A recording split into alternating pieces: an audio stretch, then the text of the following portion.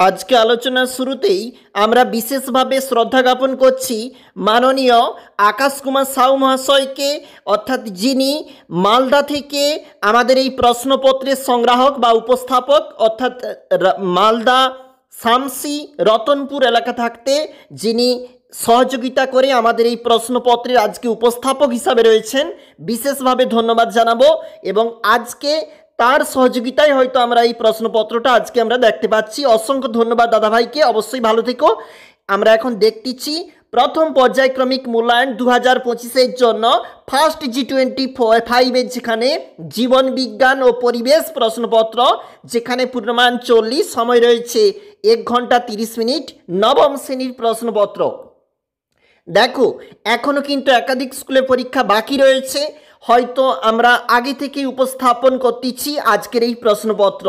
আমাদের যেখানে প্রথমেই শুরু হয়েছে সঠিক উত্তরটি নির্বাচন করো, 1 গুণ 7 বলা রয়েছে প্রশ্নপত্রের, মানে শুরুতেই তোমার প্রশ্ন রয়েছে হায়ারার্কি শ্রেণীবিন্যাসের সর্বনিম্ন একক কোনটি।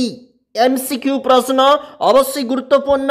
আর আজকে আমরা দেখছি ফার্স্ট G25, নিচেরা অবশ্যই উত্তরপত্র প্রস্তুত করবে। আমরা সংক্ষেপে একটু দেখে নিচ্ছি আজকে সেই প্রশ্নপত্র। কোন শ্রেণীর প্রাণীতে মধ্যচ্ছদা বা ডায়াফ্রাম লক্ষ্য করা যায়? পরের প্রশ্ন দেখো, জাইলেমের সজীব উপাদানটি কোনটি? নেক্সট প্রশ্ন, ভিটামিন এর অভাবে কোন রোগটি হয়ে থাকে? তোমরা জানো হয়তো ভিটামিন এর অভাবে রাতকানা রোগটাই হয়ে থাকে। মানব দেহে কোন অঙ্গে গ্রাফিয়ান ফলিকল লক্ষ্য করা যায়? অবশ্যই করবে উত্তর। মানুষের প্রধান রেচন অঙ্গ কোনটি? পরের প্রশ্ন দেখো, যেখানে বৃক্ক। নেক্সট প্রশ্ন, আত্মঘাতী থলি কাকে বলা হয়? ভিভিআই রয়েছে সমস্ত প্রশ্ন পরীক্ষার জন্য। আর আজকে আমাদের একটু আগেই উপস্থাপন হয়তো বিভাগ খতে প্রশ্ন একটু চলে যাচ্ছি। উদ্ভিদ বিদ্যার জনককে? ধান একটি দ্বিবীজপত্রী উদ্ভিদ, সত্য কিংবা মিথ্যা লেখো। আরশোলার বহিঃকঙ্কাল ড্যাশ দ্বারা নির্মিত, শূন্যস্থান পূরণ করো। ক্যান্সার রোগ সংক্রান্ত বিদ্যাকে কি বলা হয়? সিলোমযুক্ত একটি পর্বের প্রাণীর নাম লেখো। অবশ্যই প্রতিটি প্রশ্ন গুরুত্বপূর্ণ। ল্যাটিন ভাষায় রচিত কোন পুস্তকে লিনিয়াস বহু উদ্ভিদ ও প্রাণীর শ্রেণীবিন্যাস করেন? ভিটামিন কে রাসায়নিক নাম কি? কোষের শক্তিঘর বলা হয় মাইটোকন্ড্রিয়াকে। ফ্লোয়েম কলার ড্যাশ উপাদান মৃত, আবরণী কলায় ভিত্তি পর্দা থাকে, সত্য মিথ্যা বলেছে। মানুষের হৃৎপিণ্ডের মধ্যে প্রকোষ্ঠের সংখ্যা হলো ড্যাশটি। ভিভিআই পরীক্ষার জন্য স্নায়ুকোষের দীর্ঘ প্রবর্ধককে কি বলা হয়? এনার্জি কারেন্সি কাকে বলে? বিভাগ গতে যেখানে প্রশ্ন পরীক্ষা প্রস্তুতির জন্য অবশ্যই দেখবে হট ডাইলুট স্যুপ কি? প্রবক্তাকে। শ্যাওলার দুটি বৈশিষ্ট্য লেখো। মনেরাও প্রতিষ্ঠার মধ্যে পার্থক্য লেখো।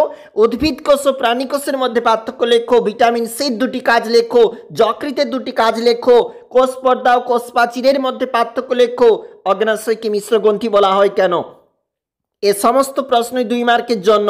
বিভাগ ঘতে যেখানে প্রশ্ন, যেখানে দুটি প্রশ্ন 5 মার্কের। দ্বিপদ নামকরণের নিয়মাবলীগুলি লেখো। মোলাস্কা পর্বে দুটি শনাক্তকরণ বৈশিষ্ট্য লেখো। ভিভিআই।